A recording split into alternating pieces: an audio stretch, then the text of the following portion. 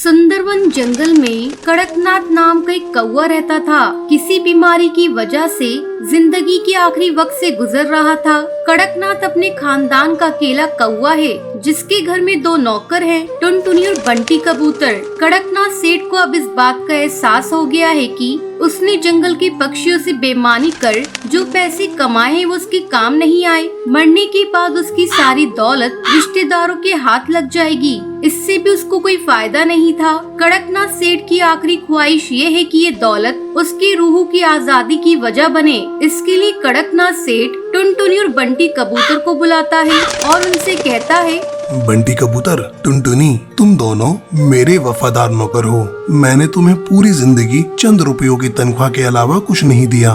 मालिक, आप सेहतयाब रहिए, हमें आपसे और कुछ नहीं चाहिए। लेकिन अब मैं कुछ देना चाहता हूँ।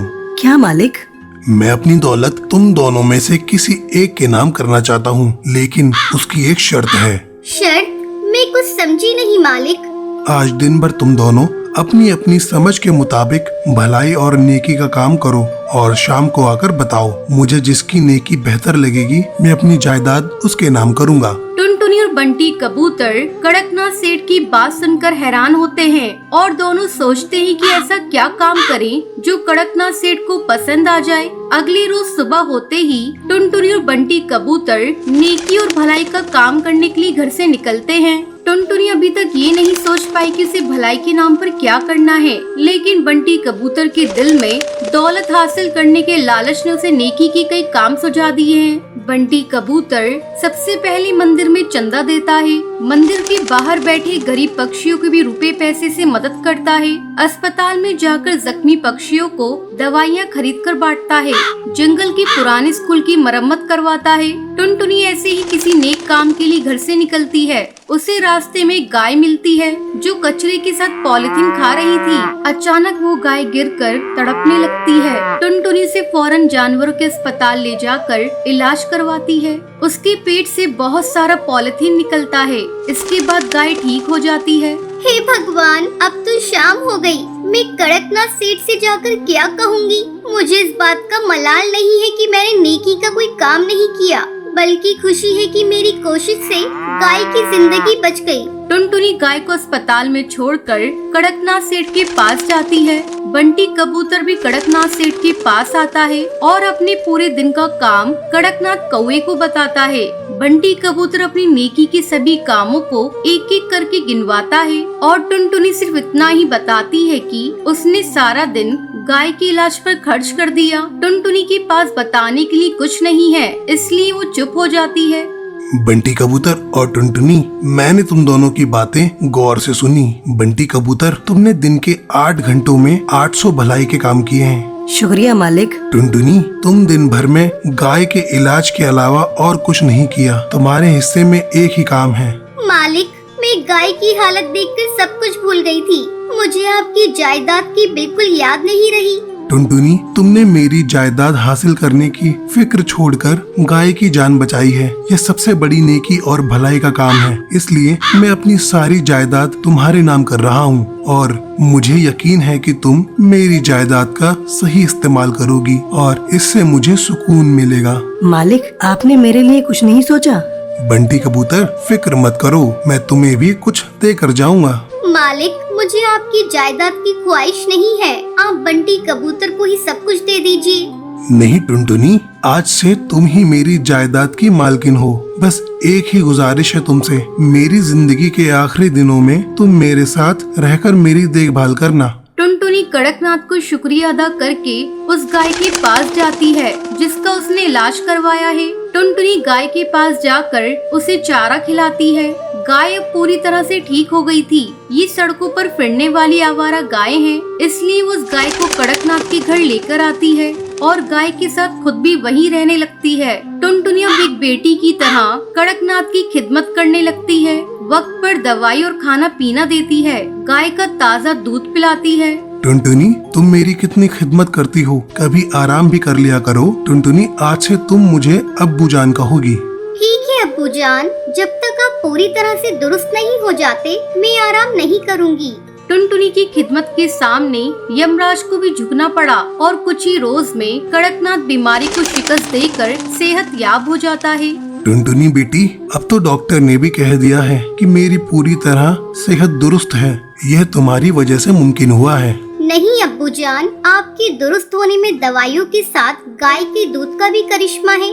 हाँ बेटी, गाय के दूध ने मेरे जैसे बीमार के लिए जड़ी बूटी का काम किया है, बेजान जिस्म में जान डाल दी है। हाँ अब्बू, जब एक गाय ये करिश्मा कर सकती है तो हजारों लाखों गाय इस मुल्क को बदल सकती है। टुनटुनी, गाय हमारे लिए ऊपर वाले की नेमत है। आज से हम अपनी जिंदगी और दौलत गायों की खिदमत में लगाएंगे। कड़कनाथ सेठ और टुनटुनी मिलकर गाय की खिदमत को ही अपनी जिंदगी बना लेते हैं।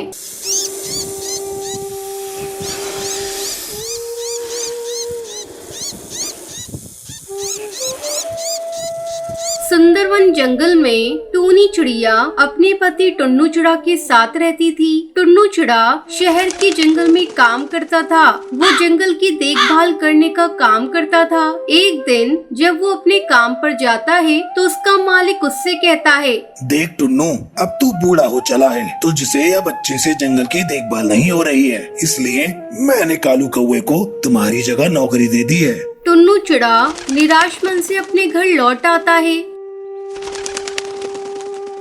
जब टोनी चिड़िया टुन्नू चिड़ा को उदास देखती है तो उससे पूछती है, क्या हुआ जी, आप क्यों उदास हैं और इतनी जल्दी आप काम से वापस कैसे आ गए? टुन्नू चिड़ा उसकी किसी बात का जवाब नहीं देता। टोनी चिड़िया सोचने लगती है, लगता है टुन्नू चिड़ा की तबीयत ठीक नहीं है, मैं इन्हें ज्यादा परेशान नहीं करूंगी। अगले दिन से टुन्नू चिड़ा काम की तलाश में निकल जाता है। कई दिनों तक वो काम की तलाश करता रहता है, लेकिन उसे कोई काम नहीं मिलता। धीरे धीरे टुन्नू चिड़ा बीमार रहने लगता है और एक दिन उसकी मौत हो जाती है। टूनी चिड़िया की सर पर जैसे दुखों का पहाड़ टूट पड़ता है। वो अपनी बेटी को अपने सीने से लगाए रो रही थी।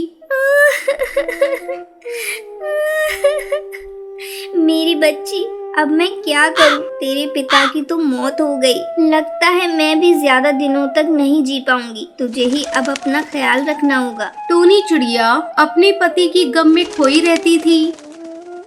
एक दिन जब वो भोजन की तलाश में जा रही थी, तभी एक शिकारी उसे अपना शिकार बना लेता है। टूनी चिड़िया के मरने के बाद उसकी बेटी टुनटुनी चिड़िया अनाथ हो जाती है। वो अकेली घोंसले के बाहर बैठी रो रही थी। कहाँ हूँ माँ? जल्दी आओ, माँ, रात हो रही है। माँ, मुझे बहुत डर लग रहा है।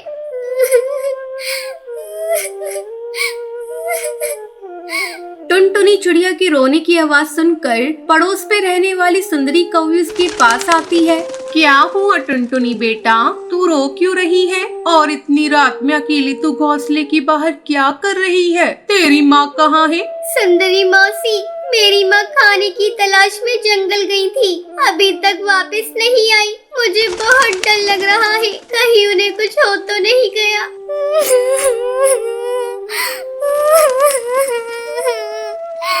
ठीक है टुनटुनी बेटा, जब तक तेरी माँ नहीं आती तू मेरे साथ मेरे घोंसले में चल। रात में सांप और जंगली बिल्ली का खतरा बहुत है। इसी तरह कई दिन गुजर जाते हैं, लेकिन टूनी चिड़िया वापस नहीं आती। तब एक दिन सुंदरी कौवी टुनटुनी चिड़िया को लेकर उसकी नानी के घर जाती है। सुंदरी कौवी उसकी नानी से कहती है, अरे काकी जी, मुझे लगता है किसी ने टुनटुनी की माँ का शिकार कर लिया। कई दिनों से इसकी माँ घर नहीं लौटी है, इसलिए मैं इसे लेकर आपके पास आई हूँ। सुंदरी कौवी टुनटुनी चिड़िया को उसकी नानी के घर छोड़कर अपने घर वापस आ जाती है।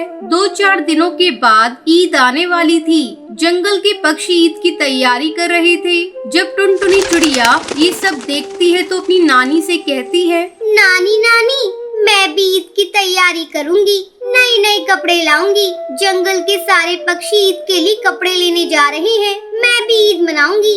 ठीक है बेटा, मैं तेरे लिए आज नए नए कपड़े और नए जूते लेकर आऊंगी। मेरी बच्ची, तू किसी बात की चिंता मत करना। तेरी माँ नहीं है तो क्या हुआ, मैं तेरी सारी इच्छाओं को पूरा करूंगी। चल बेटा, तू जल्दी से खाना खा ले, फिर मैं बाजार जाकर तेरे लिए नए नए कपड़े लाऊंगी। नानी, मैं भी आपके साथ बाजार चलूंगी। टुनटुनी चिड़िया और उसकी नानी दोनों साथ में बाजार जाती हैं और जो जो वो खरीदने के लिए कहती है उसे खरीद कर देती है। वो नहीं चाहती थी कि टुनटुनी चिड़िया को उसके माँ बाप की कमी महसूस हो। टुनटुनी चिड़िया नए कपड़े और नए जूते पाकर बहुत खुश होती है और जंगल के पक्षी के साथ ईद अच्छे से मनाती है। टुनटुनी को पक्षियों के साथ ईद मनाते हुए देखकर टुनटुनी चिड़िया की नानी बहुत खुश होती है। नानी, ईद मुबारक। आप भी नए कपड़े पहन लीजिए, फिर हम दोनों साथ में ईद मनाएंगे। इतना कहकर टुनटुनी चिड़िया अपनी नानी के साथ ईद की खुशियों में खो जाती है और टुनटुनी चिड़िया अपनी नानी के साथ खुशी खुशी रहने लगती है।